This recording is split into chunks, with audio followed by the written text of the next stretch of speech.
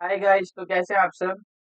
तो गाइस आज हम अपनी एनसीईआरटी की बुक का 6 चैप्टर करने जा रहे हैं। जैसे कि हम अपनी एनसीईआरटी कवर कर रहे हैं जो हमारे कॉम्पिटिटिव एग्जाम के लिए बहुत ज़्यादा हेल्पफुल होती है। तो आज हम उसका 6 चैप्टर पढ़ेंगे जिसका नाम है राज्य, राजा और एक प्राचीन गणराज्य। तो इस जो चैप्टर है इस चैप्टर का पहला टॉपिक है चुनाव चिन्ह। यहाँ पर एक बच्चा है। जब संकरण उठा तो उसने देखा कि उसकी नाना नानी वोट डालने जा रहे थे। दरअसल वे चुनाव केंद्र पर सबसे पहले पहुंचना चाहते थे। शंकरन जब जानना चाहता था आखिर वे इतने क्यों उत्साहित क्यों थे। उसके नाना जी ने उसे जल्द ही समझाने की कोशिश की और कहा, आज हम अपने शासकों का चुनाव करने जा रहे हैं।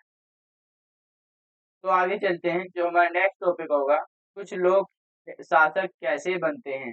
आइए पढ़ते हैं अपने टॉपिक को। गाइस देखिएगा, लगभग जब से हमारा देश आजाद हुआ है 50 वर्ष से या उससे पहले से वर्ष से हम अपने शासकों का जो चुनाव है वो मतदान के जरिए, वोट डालने के जरिए करते आ रहे हैं।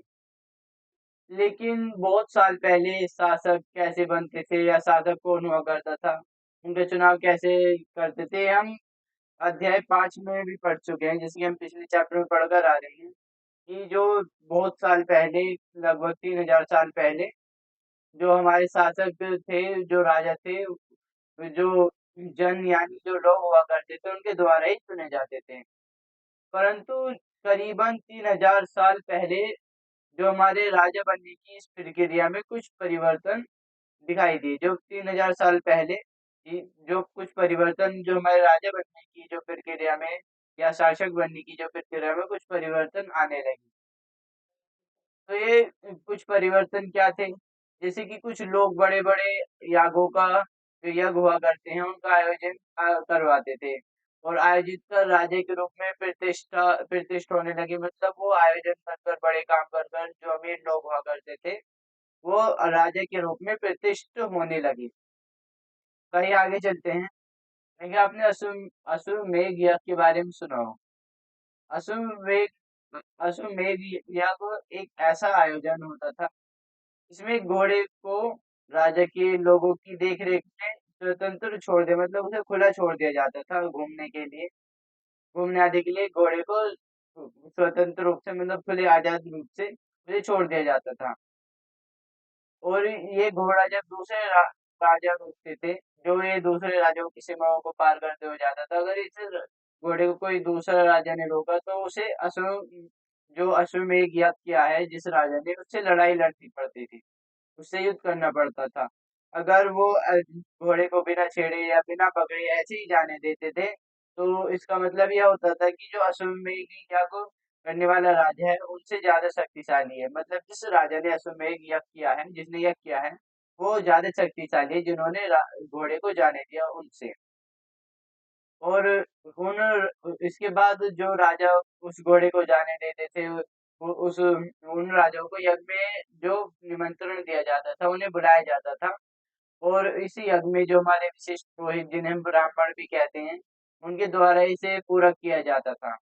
और इसके बाद ये जो ये पुरोहित और ये हमारे ब्राह्मण हो गए, इन्हें उपहारों से सम्मानित किया जाता था। और जो ये हमारा यज्ञ करते था, ये जो राजा था जो यज्ञ करता था, उसके लिए जो अन्य राजा थे जो उसे शक्तिशाली मानते थे और जो आमंत्रित किए जाते थे उसके लिए उपहार लाते थे। और जो ये अश्वमेध जो यज्ञ किया करता था, वो राजा बहुत ही ज्यादा शक्तिशाली माना जाता था। वही राजा इस यज्ञ को करता था जो बहुत ज्यादा शक्तिशाली होता था। आइए आगे चलते हैं। और ये सभी जो आयोजन होते थे, इसमें जो जो मेन स्थान होता, मतलब जो महत्वपूर्ण स्थान होता था, वो राजा का हुआ करता था। जो हमारा राजा होता था उसे राज सिंहासन या बाग की खाल के एक विशेष आसन पर बिठाया जाता था। उसे किसी एक विशेष स्थान, मतलब उसके लिए कोई एक विशेष सिंहासन पर उसे बिठाया जाता था। और जो जब हमारे राजा के क्षेत्र में जाता था तो उसके जो सारथी होता, जो उसका रथ को चलाता था, उसका सहचर होता था। और जब यज्ञ हुआ करता था तो वो राजा के बहादुरी के किस्से और विजय आदि चीजों का वह गुणगान किया करता, मतलब उनकी तारीफ किया करता था। उन्हें बढ़ा चढ़ाकर बताता था, जो उनका सहचर होता था राजा का, युद्ध के अवसर पर राजा की वीर जो उसकी बहादुरी किस्से थे वो बताता था। तो ये आगे चलते हैं। जो राजा के सगे संबंधी होते थे, खासकर उसकी रानी, उनके पुत्र और उनके जो परिवार के लोग हुआ करते थे, वो कोई छोटे-छोटे अनुष्ठान कार्यक्रम किया करते, जो यज्ञ में किए जाते थे। छोटे-छोटे अनुष्ठान उनके खास सगे संबंधी भी किया करते थे।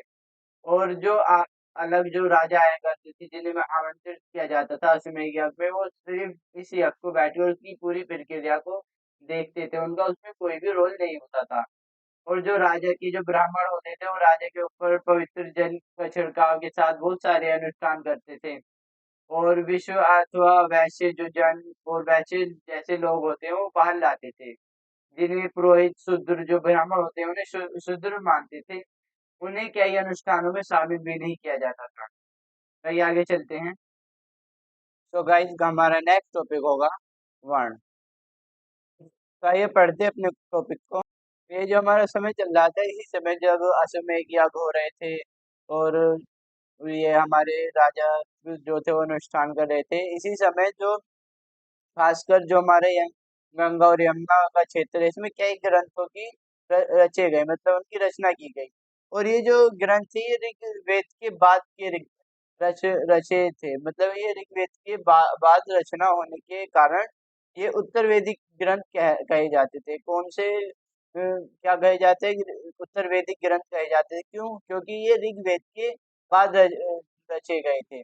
और इसके जो अंतर्गत आते थे हमारे सामवेद, यजुर्वेद तथा अन्य ग्रंथ शामिल थे। और पुरोहित द्वारा रचित इन ग्रंथों में जो हमारे बहुत अलग-अलग अनुष्ठान, बहुत सारे अनुष्ठान और उनकी संपादन की जो उन्हें करने की विधियाँ हैं, उन्हें बताई गई थी। और इन्होंने बहुत सारे सामाजिक नियम थे, जो हमारे पुरोहित जिन्हें हम ब्राह्मण भी कहते हैं, उन्होंने बनाए थे। आइए आगे चलते हैं। और देखिए उसी समय हमारे समाज में कई समूह थे, जैसे कि हमारा पुरोहित हो गया, योद्धा हो गया, कृषक, पशुपालक और व्यापारी, शिल्पकार, खाक संग्रह, मछली पकड़ने वाले, श्रमिक आदि तथा जंगल में रहने वाले लोग शामिल थे। जहाँ हमारे पुरोहित और योद्धा वैभवशाली थे, मतलब उनके हाथ में पावर रहती थी। योद्धा जो हमारे और पुरोहित जिन्हें हम ब्राह्मण कहते हैं। और वहीं जो कुछ हमारे कृषक और व्यापारी भी थे, वो भी धनवान थे। व्यापारी और कृषक जिनके पास जमीन, कृषक जमीन करके खेती से धनवान हो गए थे, और व्यापारी व्यापार कर कर। और जो दूसरी तरफ जो हमारे शिल्पकार, पशुपालक और मछली पकड़ने वाले, श्रमिक, शिकारी, भोजन संग्रह, ये सब गरीब होते थे। जो हमारे ब्राह्मण थे, उन्होंने लोगों को 4 वर्णों में विभाजित किया था। 4 भागों में विभाजित किया था, जिन्हें वर्ण कहते हैं। और उनके अनुसार प्रत्येक वर्ण का अलग-अलग कार्य था। हर वर्ण का अलग-अलग कार्य था। उन्होंने 4 वर्ण में जो हमारे लोग थे, उनको 4 वर्गों में विभाजित किया था, जिन्हें वर्ण कहते हैं। और उन जो पहला वर्ण था, वो ब्राह्मण का था। पहला वर्ण ब्राह्मण का था, जिनका काम वेदों को पढ़ना और उनको लिखना और उन्हें सिखाना आदि था। और यज्ञ करना था ब्राह्मणों का काम, जिनसे उन्हें उपहार भी मिलता था। दूसरे स्थान पर शासक लोग आते थे, जिन्हें क्षत्रिय वो कहा जाता था। उनका काम युद्ध करना और रक्षा करना था। और तीसरे स्थान पर हमारे वैश्य आते थे, जिनका काम पशुपालक या व्यापारी आते थे, जिनका काम पशु पालने का या प्यार का होता था। और उसमें कृषक, पशुपालक और व्यापारी आते थे। और जो हमारा क्षत्रिय और वैश्य दोनों ही यह करने के अधिकार प्राप्त था। और वर्णों में जो अंतिम जो हमारा स्थान था, वो शूद्रों का था। इनका काम अन्य तीनों वर्ग की सेवा करना था।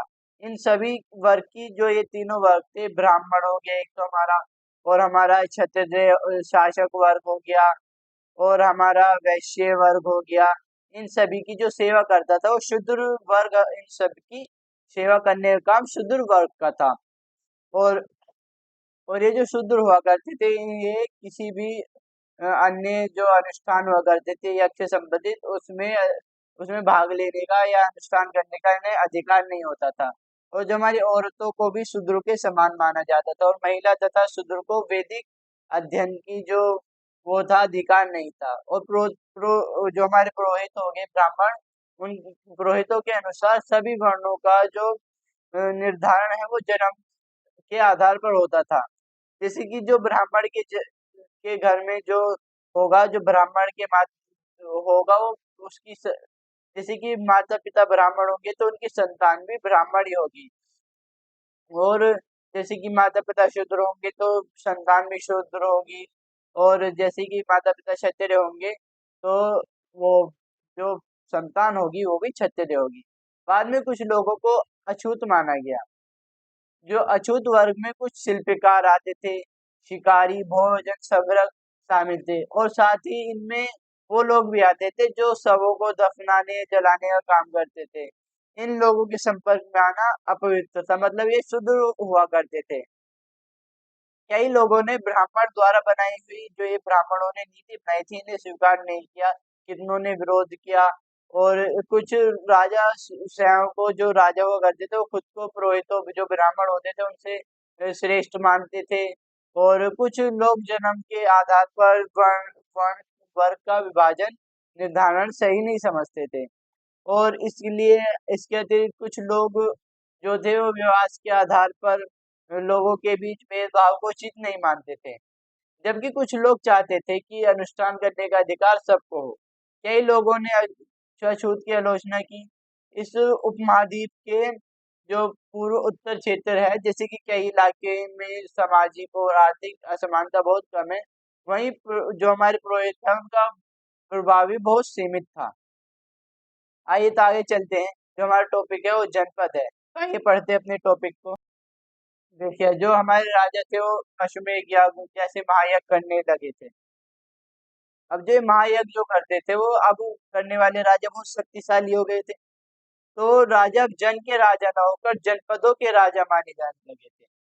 और जो जनपद शब्द का अर्थ है वो जन के बसने की जगह होता है। और जो हमारे पुर्तगाल थे इन जनपदों में कई बस्तियों की उन्होंने खुदाई की और उनका अध्ययन करने के लिए। ऐसे में दिल्ली में पुराना किला, और उत्तर प्रदेश में हमारे मेरठ के पास हस्तिनापुर, और एटा के पास अंतरजी खेड़ा इनमें प्रमुख हैं। कि खुदाई से पता चला कि जो लोग होते थे वो झोपड़ियों में रहते थे, और उनके वो जानवर पालतू जानवरों को पालते थे। और जैसे कि भेड़ बकरी आदि को पालते थे, मवेशियों को। वे हमारे गेहूं, दाल, धान, जौ, गन्ना, तिल जैसी फसलों को उगाते थे। देखिए, लोग मिट्टी के बर्तन भी बनाते थे। इनमें से कुछ धूसर और कुछ लाल रंग के होते थे। इनमें इन पुरास्थलों में कुछ विशेष प्रकार के बर्तन भी मिले हैं जो बहुत ही अलग अलग हैं। जैसे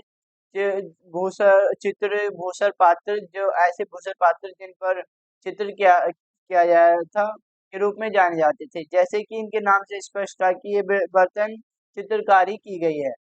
और मतलब कि जो चित्रित भूषण पात्र, इनका मतलब होता था कि ये जो भूषण पात्र है इन पर चित्रकारी की गई है। और इन पर ये आमतौर पर जो थे सरल रेखा और ज्योतिर्मयी आकृति के होते थे। जैसे कि आपको ये भूषण पात्र दिख रहा है, ये भूषण पात्र होते थे, ज्यादातर थाली और कटोरियों में ही मिलते हैं। और यहाँ ये जो पात्र होते थे इनमें बहुत पतली परत के होते थे, और इन पर चित्रकारी की जाती थी। इनकी सतह बहुत ज्यादा पतली होती थी जो दिखने में बहुत ज्यादा सुंदर और चिकनी होती थी। इनका प्रयोग खास मौके पर ही किया जाता होगा, जो कि शासक वर्ग आदि को भोजन परोसने में इनका जो ये भूषण पात्र है इनका प्रयोग किया जाता होगा। तो आइए आगे चलते हैं। तो हमारा नेक्स्ट टॉपिक होगा महाजनपद। देखिए, जैसे हम पीछे जनपद पढ़कर आए, अब यहाँ पर हम महाजनपद पढ़ेंगे। ये जो हमारे जनपदों का विकास तो 3000 साल पहले होने लगा था।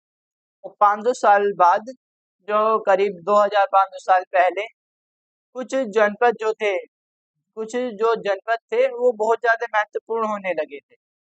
वो जो वहाँ के जो शासक थे वो बहुत ज़्यादा उससे भी ज़्यादा शक्तिशाली होने लगे थे।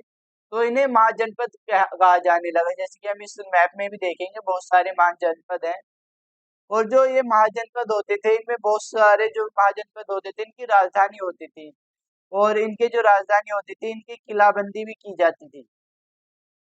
और इनकी जो किलाबंदी की जाती थी मतलब ये जो राजधानी हुआ करती थी इसके चारों ओर बहुत बड़ी-बड़ी किले की तरह दीवार बना दी जाती थी जिसे किलाबंदी कहा जाता था। ये जो दीवार थी ये कैसे ये चारों ओर लकड़ी, ईंट या पत्थर की ऊंची-ऊंची दीवार बनाई जाती थी जिससे कि कोई बाहर का शासक आदि का खतरा या आक्रमण के डर से दीवारों को का निर्माण किया जाता था। कि वहाँ के राजाओं को डर रहता था कि कोई अन्य महाजनपद का कोई राजा हमारे ऊपर हमला ना कर दे। तो इन इसके लिए अपनी सुरक्षा बढ़ाने के लिए इन किलों का निर्माण किया था। और जो वो कुछ राजा थे उन्होंने अपनी राजधानी के चारों ओर बहुत बड़े-बड़े और बहुत ही ऊँची-ऊँची जो प्रभावशाली दीवार खड़ी कर अपनी वो अपनी समृद्धि को दी और शक्ति को मतलब दिखाने लगे थे का प्रदर्शन करने लगे थे। जैसे कि इस मैप में आपको बहुत सारे महाजनपद दिख रहे हैं, जैसे कि ये मगध हो गया और यहाँ पर वैशाली हो गया आदि जो थे हमारे जो जनपद थे जो बहुत ही ज़्यादा शक्तिशाली हो गए थे और अपनी जो ये शक्ति आदि का प्रदर्शन करने लग गए थे। और इसी तरह जो हमारे किले के जो अंदर रहा करते थे जैसे कि महाजनपद में जो शासक वर्ग होते थे अपनी राजधानी के चारों तरफ किलाबंदी करवा दिया करते थे। अब जो उस किलेबंदी के जो अंदर रहा करते थे उन लोगों पर जो शासक वर्ग के लोग थे उन पर नियंत्रण रखना भी आसान हो गया था। और इसी तरह जो ये शासक लोग थे अपनी राजधानी के जो चारों तरफ विशाल जो दरबार थे दीवार थी उसका उसे जो बनवाया करते थे इसमें व्यापक योजना की जरूरत पड़ती थी। और जो बहुत सारी संख्या में लाखों की संख्या में ईंटों, पत्थरों और जो चूने आदि का जो इस की आवश्यकता पड़ती थी और इसमें पत्थर ईंटों का भी इंतजाम करना पड़ता था। तो हजारों की संख्या में स्त्रियों और बच्चों, पुरुषों ने आदि ने परिश्रम किया होगा और इसके लिए बहुत सारे संसाधन की भी जरूरत पड़ी होगी। जो अब हमारे राजा थे, वो अपनी स्थायी सेना रखने लगे थे। पहले जो शासक वर्ग हुआ करते थे, जैसे कबीले में हुआ करते थे, सरदार हुआ करते थे और जनपद में भी ये अपने वो स्थायी सेना नहीं रखते थे। अब जो ये राजा थे, सेना रखने लगे थे। और सिपाहियों को ये वेतन दिया करते थे, हर माह को ये वेतन दिया करते थे। जैसे कि कुछ संभव सिक्कों में दिया करते थे, जैसे कि आहत जो पंच मार्ग है मतलब टूटे हुए सिक्के हैं, उनके रूप में देखते हैं। इनके बारे में आगे भी पढ़ेंगे। जैसे कि आपको ये दीवार दिख रही है, ये कौशाम्बी किले की दीवार है। ये जो आपको दीवार दिख रही है, कौशाम्बी किले की दीवार है। जो वहाँ के जो राजा थे और ये जो चित्र है ये आधुनिक इलाहाबाद से मिला है। यहाँ के जो शासक होते होंगे ये इन्होंने किलेबंदी की होगी अपनी राजधानी के आसपास जो महाजनपद होगा कौशाम्बी।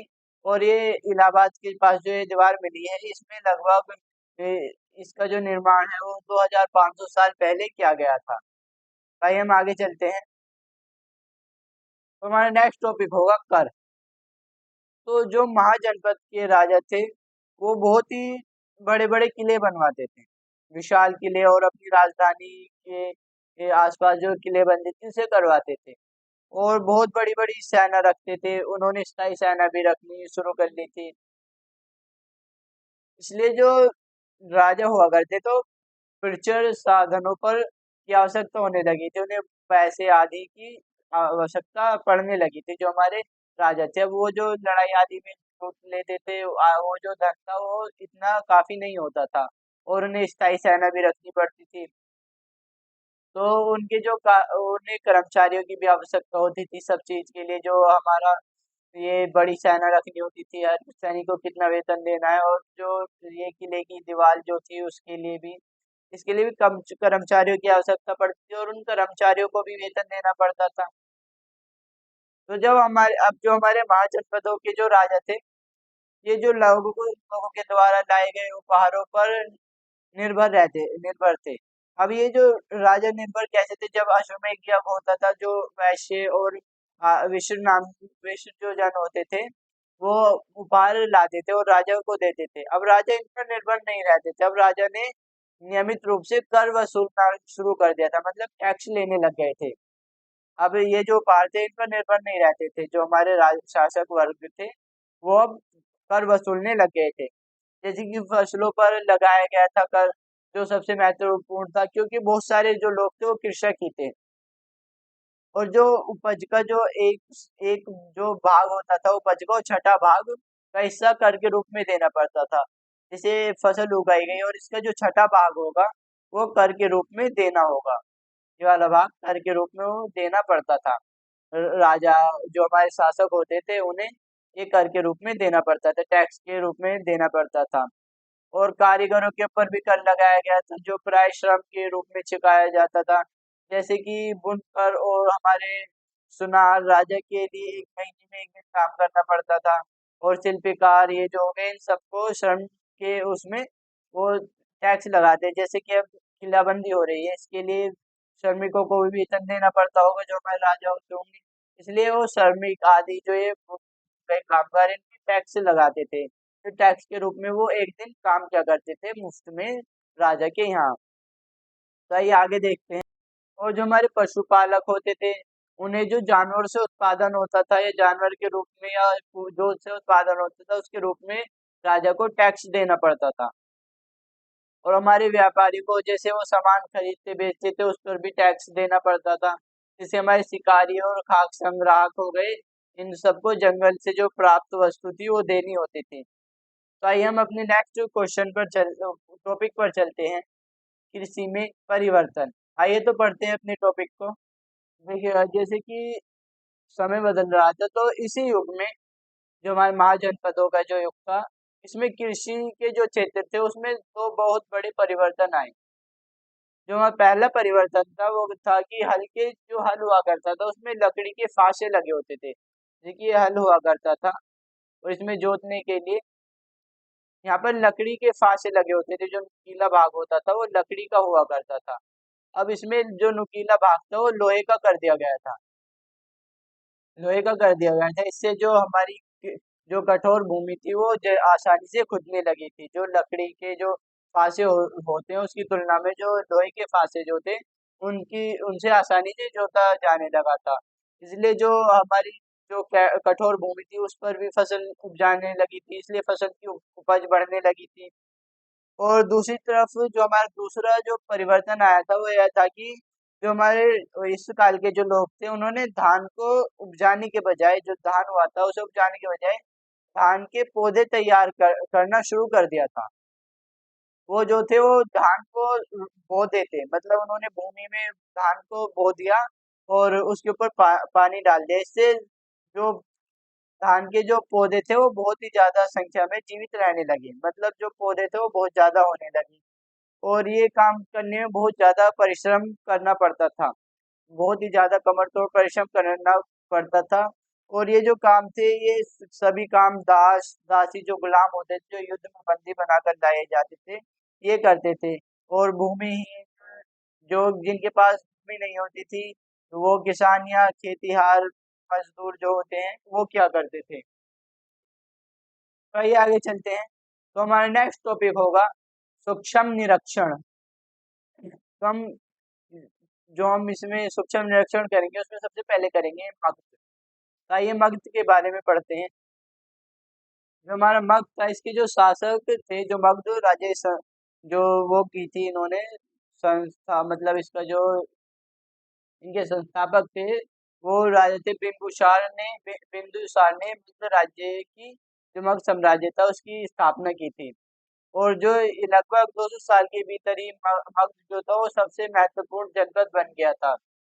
जो हमारा मगध था वो गंगा नदी की जो सहायक नदी है, सोन नदी, उसके किनारे था, किनारे बसा था। और यहाँ पर जो पहला यातायात और जल वितरण और जमीन उपजाऊ बनाने के लिए बहुत ही महत्वपूर्ण थी। जो हमारी सोन गंगा और सोन जैसी नदी थी, ये बहुत ही सहायक थी, एक तो यातायात और जल वितरण और जमीन को उपजाऊ बनाने के लिए। बहुत ही ज्यादा महत्वपूर्ण थी या सहायक थी। और मगध का जो एक हिस्सा था वो जंगलों से भरा हुआ था। जो मगध के जो एक हिस्सा था वो जंगलों से भरा हुआ था। और इन जंगलों में रहने वाले रहने वाले जो हाथियों को पकड़कर उन्हें प्रशिक्षित किया जाता, मतलब उन्हें ट्रेन किया जाता था, सिखाया जाता। और फिर उन्हें प्रशिक्षित करने के बाद सेना को सौंप दिया जाता ताकि वो युद्ध आदि कामों में लगाएंगे। और इतना ही नहीं, जो जो जंगलों से घर तथा गाड़ी तथा रथ, जो रथ बनाने की जो लकड़ी मिलती है वो भी जंगलों से मिलती थी। और इसके अलावा इस क्षेत्र में जो हमारा मगध है इसमें लोहे की खदान थी। जो हमारा अश्यक है इसकी खदान थी। और जो मजबूत हथियार, औजार आदि जो थे हमारे लोहे से बनते थे, तो इसलिए जो हमारा लोहा था वो बहुत ही ज्यादा महत्वपूर्ण था। और ये जो लोहे की इस मगध क्षेत्र में लोहे की खदान थी, इसलिए यहाँ लोहे के हथियार और बहुत ज्यादा उपयोगी होते थे। तो इसलिए जो हमारा मगध राज्य था वो महत्वपूर्ण महाजनपदों में महत्वपूर्ण महाजनपद बन गया था, मतलब महत्वपूर्ण महाजनपद के रूप में उभरने लगा था। तो आइए आगे चलते हैं। और जो हमारे मगध के दो बहुत ही शक्तिशाली शासक हुए, जो पहले बिंदुसार और अजातशत्रु हुए। इन्होंने जो अन्य जनपद थे इन्हें जीता। और जो जनपद नहीं जीते गए थे उन्हें जीतने के लिए असंभव साधन अपनाते थे, असंभव प्रयास किया करते थे जो हमारे अजात शत्रु और बिंदुसार थे इन्होंने। और इन्हें ये जनपदों को जीतने के लिए बहुत साधन अपनाते थे। और एक हमारा महापद्मनंद है, वो एक महत्वपूर्ण शासक थे।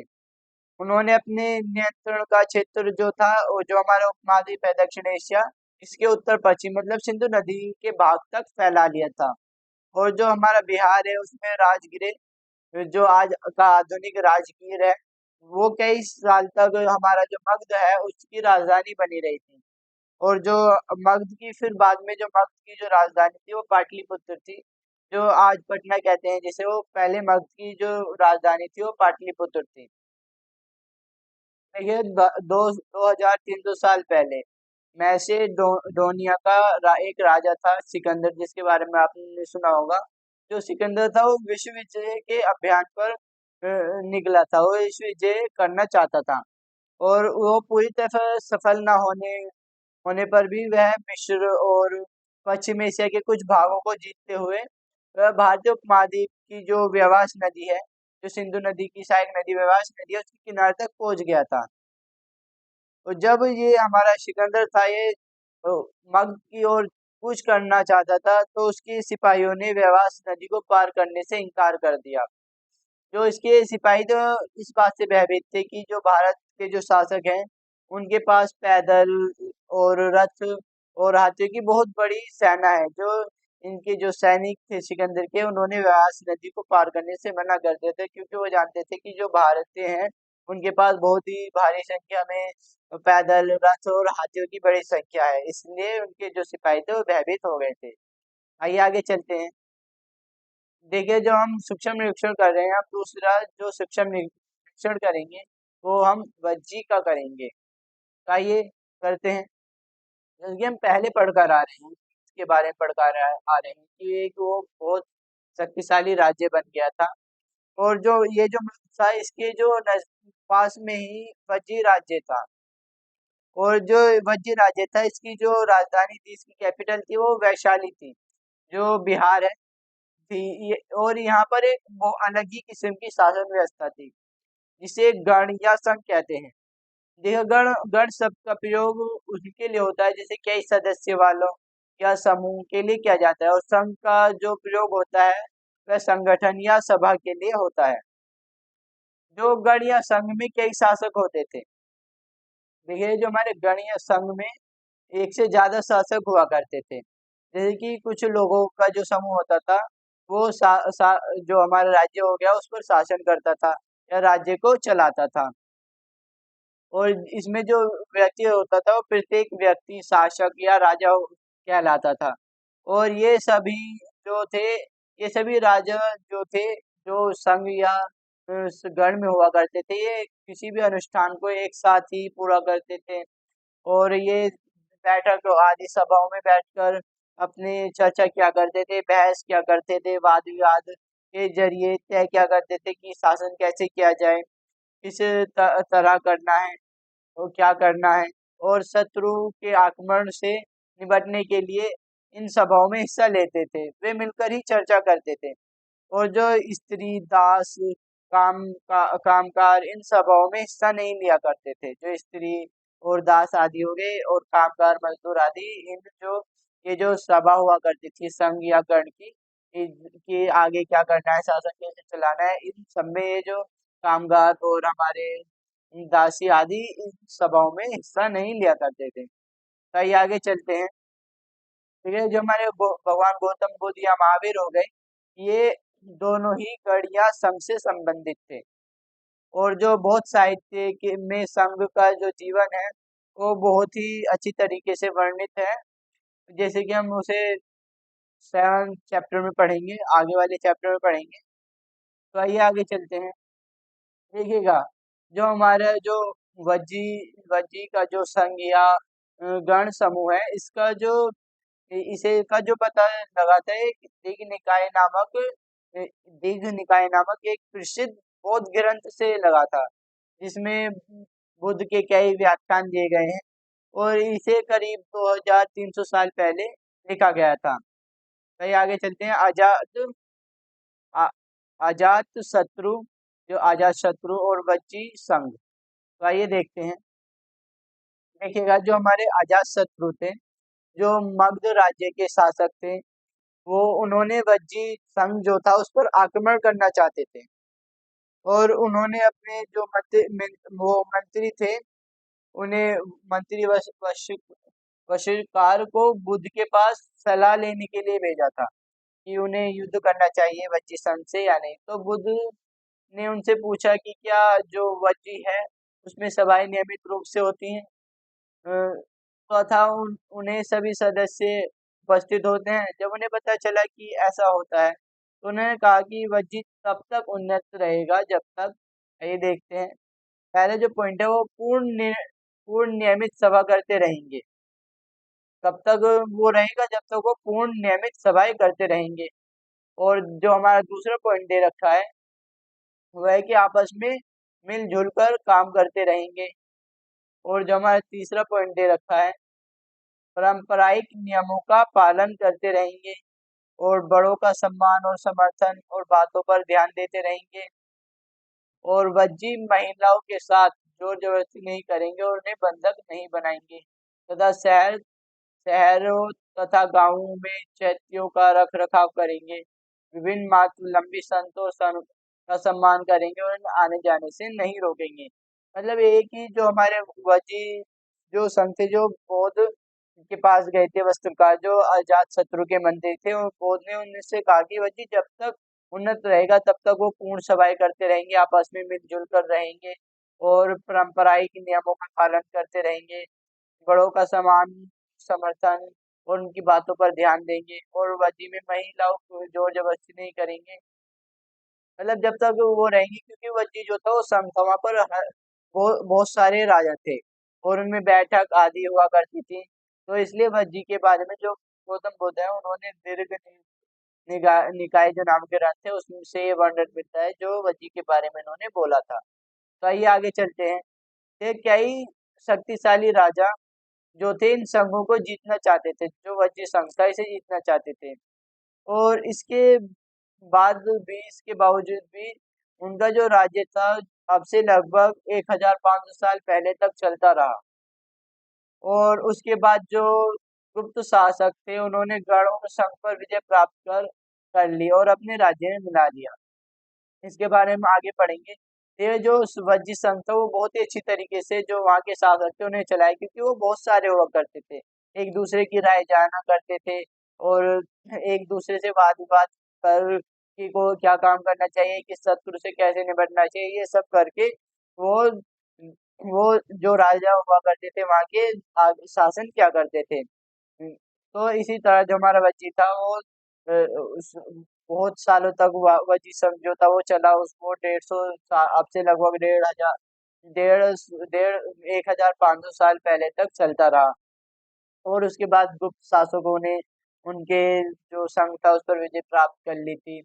देखिए और इसी तरह के होगी कि आपस में उनके जो साधक होंगे वज्जी संघ के उनमें कोई लड़ाई झगड़ा होगा होगा या एक दूसरे की बात नहीं हो जो गौतम बुद्ध ने जो बोला था उसके द्वारा इनकी हार हो गई होगी। तो आइए हमारा नेक्स्ट जो टॉपिक है वो है नेक्स्ट, ये हमारा लास्ट टॉपिक होगा। तो आइए पढ़ते हैं अपने टॉपिक को। देखिएगा, अब से लगभग 2500 साल पहले जो हमारा एथेंस है या एथेंस है जो एथेंस के जो लोग थे उन लोगों ने एक शासन व्यवस्था की स्थापना की जिसे हम प्रजातंत्र या गणतंत्र कहते हैं, डेमोक्रेसी। यह जो व्यवस्था थी ये लगभग 200 साल तक चली। जो ये व्यवस्था थी इसमें 30 साल से जो ऊपर के जो सभी नागरिक थे वो दास नहीं होने चाहिए थे, उन्हें नागरिकता प्राप्त थी। वह वह एक सभा होती थी जो महत्वपूर्ण विषयों पर निर्णय लेने के लिए हर साल बुलाई जाती है और एक साल में 40 बार इस जो सभा थी से बुलाई जाती थी। इन सभा में सभी नागरिक भाग ले सकते थे और शासन में कई पदों पर नियुक्ति या लॉटरी द्वारा की जाती थी कि सभी नागरिक और सेनाओं ने सेना में अपनी सेवा देनी होती थी। जो नागरिक हुआ करते थे उन्हें सभी नागरिक को सेना या नौसेना में अपनी सेवा देनी होती थी और जो पद होते थे उन पर नियुक्ति या लॉटरी के द्वारा की जाती थी, जो नियुक्ति हुआ करती थी। तो आइए आगे चलते हैं। ठीक है, जो औरत होती थी उन्हें नागरिक दर्जा नहीं मिला था और जो व्यापारी तथा शिल्पकार और के रूप में एथेंस में जो काम किया करते थे, जो कामगार हुए करने वाले बहुत से जो विदेशी को भी नागरिकता नहीं मिली थी। और एथेंस में खदानों या खेतों या घरों में या कार्यशालाओं में काम कर रहे दासों को भी नागरिकता नहीं मिली थी। तो गाइज यहाँ पर हमारा चैप्टर कंप्लीट होता है। आई होप कि आपको चैप्टर समझ में आया होगा। तो गाइज हम इस चैप्टर से रिलेटेड 10 एमसीक्यूज लगाएंगे। इनसे हमें पता चल जाएगा कि हमने जो हमारा चैप्टर है उसे किस तरह पढ़ा। तो आइए अपने एमसीक्यूज की तरफ चलते हैं। तो ये हमारा प्राचीन भारत का जो इतिहास है जो हम बुक पढ़ रहे हैं और हमने भी जो चैप्टर पढ़ा है राज्य, राजा और एक प्राचीन गणराज्य। ये इसमें जो पहला क्वेश्चन है वो है निम्नलिखित में से कौन से उत्तर वैदिक ग्रंथ हैं। तो हमारा जो पहला ऑप्शन दे रखा है, पहला जो दे रखा है ग्रंथ वो है ऋग्वेद और जो हमारा दूसरा ग्रंथ दे रखा है यजुर्वेद, तीसरा जो ग्रंथ है अर्थवेद और जो हमारा चौथा जो ग्रंथ दे रखा है वो हमारा ब्राह्मण ग्रंथ दे रखा है और हमारा पांचवा जो ग्रंथ दे रखा है वो है उपनिषद। तो आइए देखते हैं। नीचे दिए दिए गए कूटों का प्रयोग कर सही उत्तर का चयन कीजिए। जो हमारा ऑप्शन है केवल एक और दो, मतलब ऋग्वेद और यजुर्वेद दोनों, ये दोनों ग्रंथ जो थे हमारे उत्तर वैदिक काल के थे। भी केवल एक दो तीन, मतलब ये तीनों ही ऋग्वेद यजुर्वेद अर्थवेद ये तीनों उत्तर वैदिक काल के ग्रंथ थे। और जो हमारा सी ऑप्शन दे रखा है, हमारा सी ऑप्शन है चार और पांच, मतलब ब्राह्मण ग्रंथ और उपनिषद।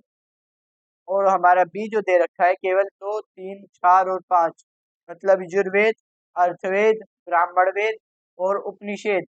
आइए देखते हैं कौन सा ऑप्शन हमारा आंसर हो। देखिए ये सभी हमारे जो ग्रंथ हैं ऋग्वेद के बाद के जो ग्रंथ है वो सभी उत्तर वैदिक ग्रंथ कहलाते हैं। तो हमारे ये सभी यजुर्वेद अर्थवेद और ब्राह्मण ग्रंथ और उपनिषद ये सभी हमारे उत्तर वैदिक काल के ग्रंथ है। जो हमारा आंसर होगा ऑप्शन डी हमारा सही आंसर होगा। तो आइए अपने आंसर की थोड़ी सी व्याख्या कर लेते हैं। जो हमारा ऑप्शन डी होगा वो सही आंसर है। तो व्याख्या सामवेद यजुर्वेद अर्थवेद और ब्राह्मण उपनिषद तथा अन्य कई ग्रंथ के ऋग्वेद के अन्य कई ग्रंथ के ऋग्वेद के बाद रचे होने के कारण उन्हें उत्तर वैदिक ग्रंथ कहा जाता है। चारों वेदों में ऋग्वेद सबसे पुराना है, जिसके हमारे चार वेद हैं ऋग्वेद यजुर्वेद अर्थवेद सामवेद। इन सब में जो हमारा सबसे पुराना वेद है वो ऋग्वेद है। और ऋग्वेद के काल के का ऋग्वेदिक काल कहते हैं। जो हमारा ऋग्वेद था जिस वक्त रचा गया था उसके काल को हम ऋग्वेदिक काल से जानते हैं। और ये ग्रंथ उत्तर प्रदेश में खासकर हमारे गंगा यमुना क्षेत्र में रचे गए थे। और पुरोहित द्वारा रचित इन ग्रंथों में विभिन्न प्रकार के अनुष्ठान और उनके संपादन की विधि बताई गई है और इसमें सामाजिक नियमों के बारे में भी बताया गया है। तो ये अपने नेक्स्ट क्वेश्चन की तरफ चलते हैं। क्वेश्चन नंबर सेकंड, वैदिक काल वैदिक कालीन वर्ण विभाजन के आधार पर ब्राह्मणों का स्थान और कार्य क्या था? तो हमारा जो ऑप्शन ए दे रखा है, चौथा चौथा चौथा और सेवा, मतलब जो स्थान था वो चौथा था और जो काम था वो सेवा करना था। और जो हमारा ऑप्शन बी दे रखा है प्रथम था और काम जो था वो यज्ञ करना था। जो हमारा सी दे रखा है वो हमारा दूसरा स्थान था और काम रक्षा करना था। ऑप्शन डी हमारा तीसरा स्थान था और व्यापार करना था। ठीक है, जो हमारे ब्राह्मण लोग या पुरोहित लोग थे उन्होंने समाज को चार भागों में विभाजित किया था, वर्गित किया था, जिन्हें वर्ण कहते हैं। जो हमारा प्रथम वर्ण था उसमें ब्राह्मण आते थे जिसका काम यज्ञ करना था। दूसरा जो था वो शासक लोग क्षत्रिय थे जिनका काम रक्षा और शासन करना था। तीसरे पर हमारे व्यापारी आते थे, वैश्य, जिन्हें व्यापार करना था, जिनका काम। चौथे पर हमारे शूद्र आते थे। शूद्र का जो काम था वो इन तीनों वर्गों की सेवा करना था। तो जो हमारा वैदिक कालीन वर्ण विभाजन के आधार पर ब्राह्मणों का काम हमारा यज्ञ करना था। जो हमारा ऑप्शन भी होगा वो सही आंसर होगा। तो आइए आगे चलते हैं। तो अपने कोई आंसर की थोड़ी सी व्याख्या भी देख लेते हैं। वैदिक काल में पुरोहितों ने लोगों को चार वर्ग ब्राह्मण, क्षत्रिय, वैश्य और शूद्र में विभाजित किया था, जिसे वर्ण कहते हैं। प्रत्येक के अलग अलग कार्य निर्धारित थे। प्रत्येक वो प्रथम वर्ग ब्राह्मणों का था जो वेदों का अध्ययन, आपन और यज्ञ करते थे। तो आइए क्वेश्चन नंबर 3 की तरफ करते हैं। वैदिक कालीन वर्ण विभाजन के आधार पर क्षत्रियों का स्थान और कार्य क्या था? जो हमारा वैदिक जो वेद के जो काल था, वैदिक कालीन जो हमारा वर्ण विभाजन के आधार पर क्षत्रियों का क्या काम था? ऑप्शन ए प्रथम यज्ञ करना, ऑप्शन बी तीसरा स्थान था और काम व्यापार करना, ऑप्शन सी चौथा स्थान था और सेवा करना, डी दूसरा स्थान था और रक्षा करना। जो हमारा ऑप्शन होगा वो आंसर जो होगा वो ऑप्शन डी आंसर हो हमारा। ऑप्शन डी हमारा सही आंसर होगा। जो हमारे क्षत्रियों जो कार्य था वो रक्षा करना था और हमारा जो क्षत्रियों को जो कार्य था वो रक्षा करना था और इनका स्थान दूसरे नंबर पर आता था। तो आइए अपने थोड़ी सी व्याख्या भी देख लेते हैं। जो उत्तर होगा वो डी होगा। तो ध्रुव, सॉरी, देखिएगा, ये जो हमारा उत्तर जो है ऑप्शन डी सही है। हमारा जो क्षत्रियों का तो दूसरा स्थान पर थे। जो शासक वर्ग था इनका कार्य युद्ध व लोगों की रक्षा करना था। हमारा क्वेश्चन पूरा आता है। वैदिक कालीन वर्ण विभाजन के आधार पर शूद्रों का स्थान और कार्य क्या था? दूसरा रक्षा करना। जो बी था हमारा, ऑप्शन बी है प्रथम था और यज्ञ करना था। जो हमारा ऑप्शन सी है, मतलब तीसरा स्थान था और व्यापार करना था। ऑप्शन डी जो हमारा है चौथा स्थान था और काम सेवा करना था। तो हमारा वैदिक कालीन जो वर्ण विभाजन के आधार पर जो शूद्रों का जो स्थान था, स्थान और कार्य था वो चौथा स्थान था और कार्य था इनकी सेवा करने। जो तीनों वर्ग थे इनकी सभी की सेवा करना, व्यापारी और हमारे जो ब्राह्मण और क्षत्रिय, इन सभी की सेवा करना। तो अपने जो हमारा सही उत्तर है वो ऑप्शन डी हमारा सही आंसर है। जो हमारी व्याख्या है, शूद्रों का अंतिम स्थान था और अन्य तीनों वर्गों की सेवा करना था। वैदिक कालीन वर्ण विभाजन के आधार पर विश्व का स्थान और कार्य क्या था? जो हमारा ऑप्शन ए है दूसरा स्थान था और रक्षा करना था, बी प्रथम था और यज्ञ करना था, सी तीसरा स्थान था और व्यापार करना था, डी जो चौथा स्थान था और सेवा करना था। जो हमारे विषय का जो स्थान था वो तीसरा था और इनका जो कार्य था वो व्यापार करना था। आइए आगे चलते हैं। उत्तर जो है हमारा ऑप्शन सही सही उत्तर है। व्याख्या जो है, विश्री या वैश्य का स्थान तीसरा था जिसके अंतर्गत कृषक, पशुपालक और व्यापारी आते थे। तो हमारा क्वेश्चन 6 जो है वो असर्शन और रीजन वाला क्वेश्चन है। तो आइए देखते हैं। जो हमारा असर्शन दे रखा है, उत्तर वैदिक काल में प्राय महिलाओं को शूद्र के समान माना गया था। और हमारा रीजन जो दे रखा है, उत्तर वैदिक काल में सामान्य महिला तथा शूद्र को वे, वेदों का के अध्ययन का अधिकार नहीं था। नीचे दिए गए कोटों का प्रयोग कर सही उत्तर चयन कीजिए। जो हमारा ऑप्शन ए दे रखा है, असर्शन और रीजन दोनों सही है, परंतु रीजन और असर्शन का सही स्पष्टीकरण नहीं कर रहा, मतलब जो रीजन है वो असर्शन के बारे में सही तरीके से नहीं बता रहा है। या जो हमारा बी है, असर्शन और रीजन दोनों सही हैं, और जो हमारा रीजन है वो असर्शन का सही स्पष्टीकरण नहीं कर रहा है। सी ए सही है, परंतु आर गलत है, मतलब असर्शन सही है और रीजन गलत है। डी हमारा असर्शन गलत है और रीजन सही है। तो आइए देखते हैं। ठीक है, जो हमारे उत्तर वैदिक काल में प्राय महिलाओं को शूद्रों के समान माना गया था, और उत्तर वैदिक काल में सामान्य महिला तथा शूद्र को वेदों के अध्ययन का कार्य नहीं था। जो हमारा असर्शन और रीजन दोनों ही सही है, तो हमारा ऑप्शन ए या बी में से कोई एक हो सकता है। वही आगे देखते हैं। तो ये जो रीजन है वो असर्शन का सही स्पष्टीकरण है, मतलब जो रीजन और असर्शन के बारे में सही बता रहा है। जो उत्तर वैदिक काल में सामान्य महिला तथा शूद्र को वेदन के अध्ययन का अधिकार नहीं था, और जो उत्तर वैदिक काल में जो महिलाओं को शूद्र के समान माना गया था। देखिए जो हमारा रीजन है वो असर्शन का सही स्पष्टीकरण नहीं कर रहा है, तो हमारा जो आंसर होगा वो ऑप्शन बी हमारा सही आंसर होगा। तो आइए नेक्स्ट क्वेश्चन की तरफ चलते हैं। जो हमारा उत्तर होगा वो ऑप्शन बी होगा। तो व्याख्या है हमारी, उत्तर वैदिक काल में प्राय औरतों को भी शूद्र माना गया था। सामान्य महिला तथा शूद्रों को वेदों का अध्ययन का अधिकार नहीं था। तो हम अपने नेक्स्ट क्वेश्चन नंबर 7 की तरफ चलते हैं।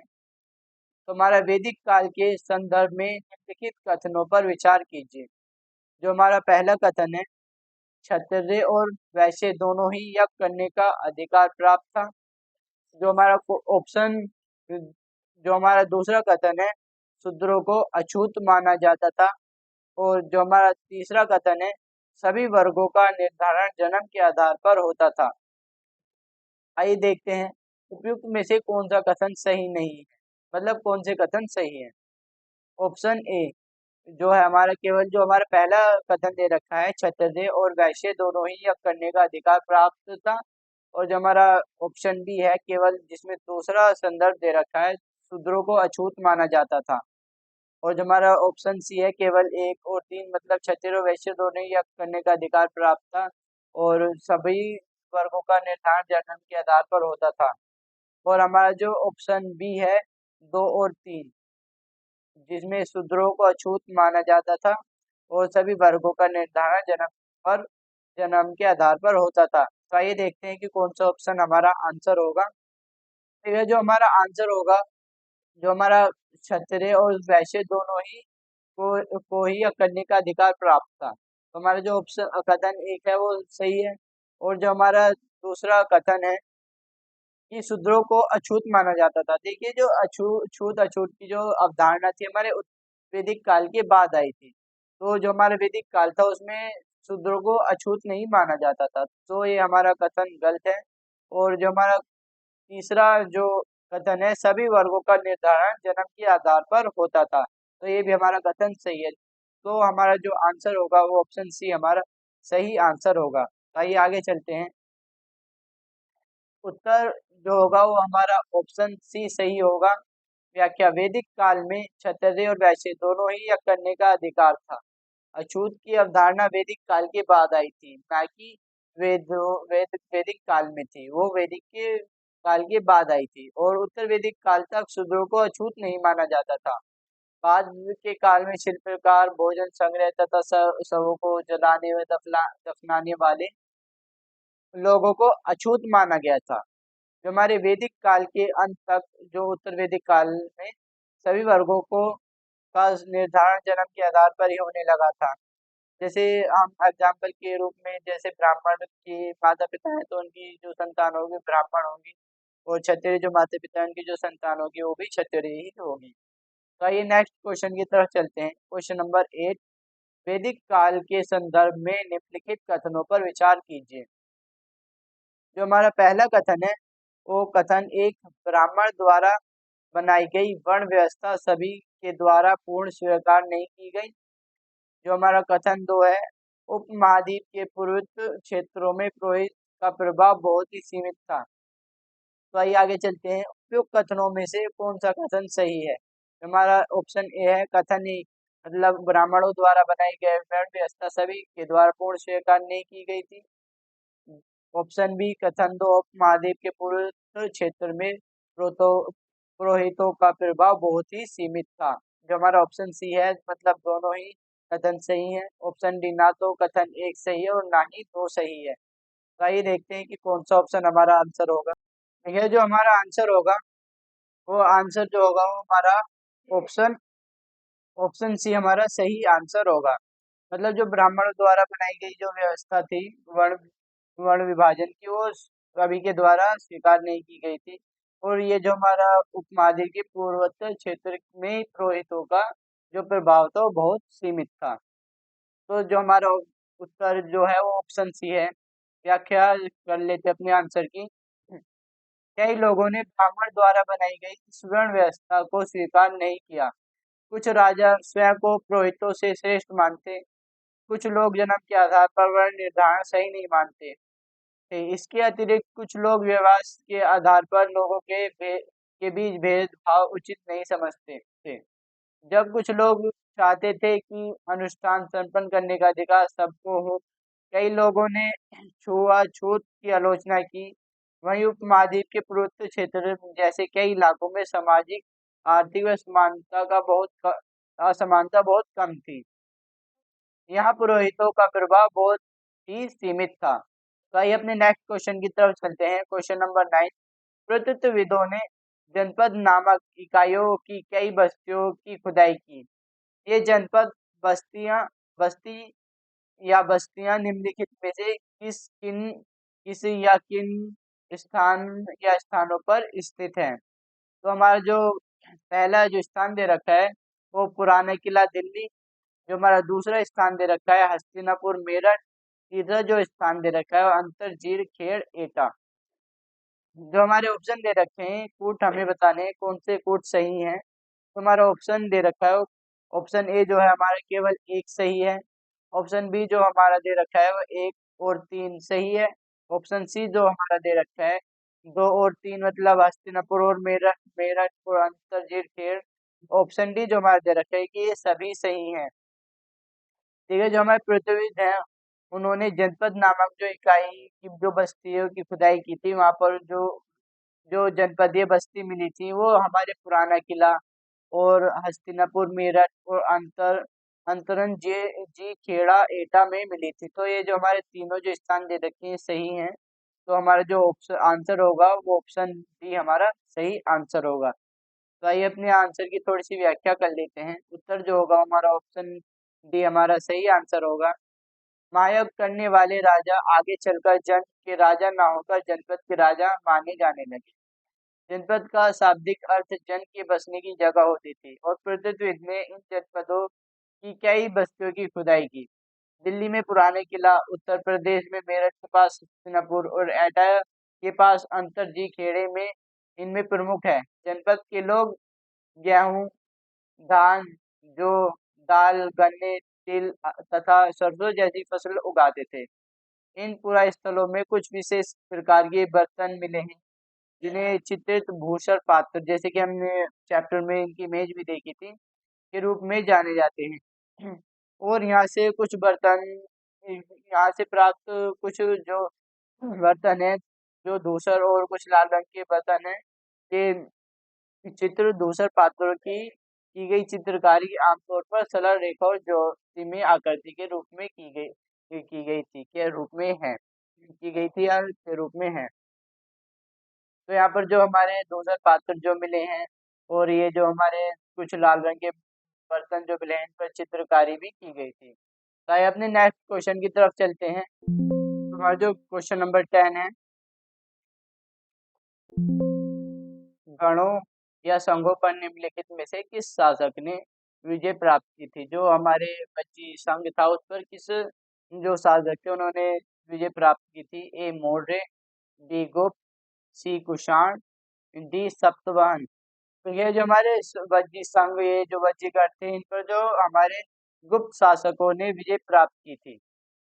और ये जो हमारा वज्जी संघ आदि का जो शासन था ये लगभग अब से 1500 साल तक चला था। तो लास्ट में अगर जो गुप्त शासक थे उन्होंने इन पर विजय प्राप्त की थी।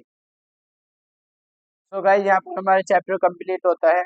आई होप कि आपको वीडियो पसंद आया होगा। तो अगर आपको वीडियो पसंद आया तो एक लाइक जरूर करें। तो मिलते हैं नेक्स्ट वीडियो में, तब तक के लिए गुड बाय।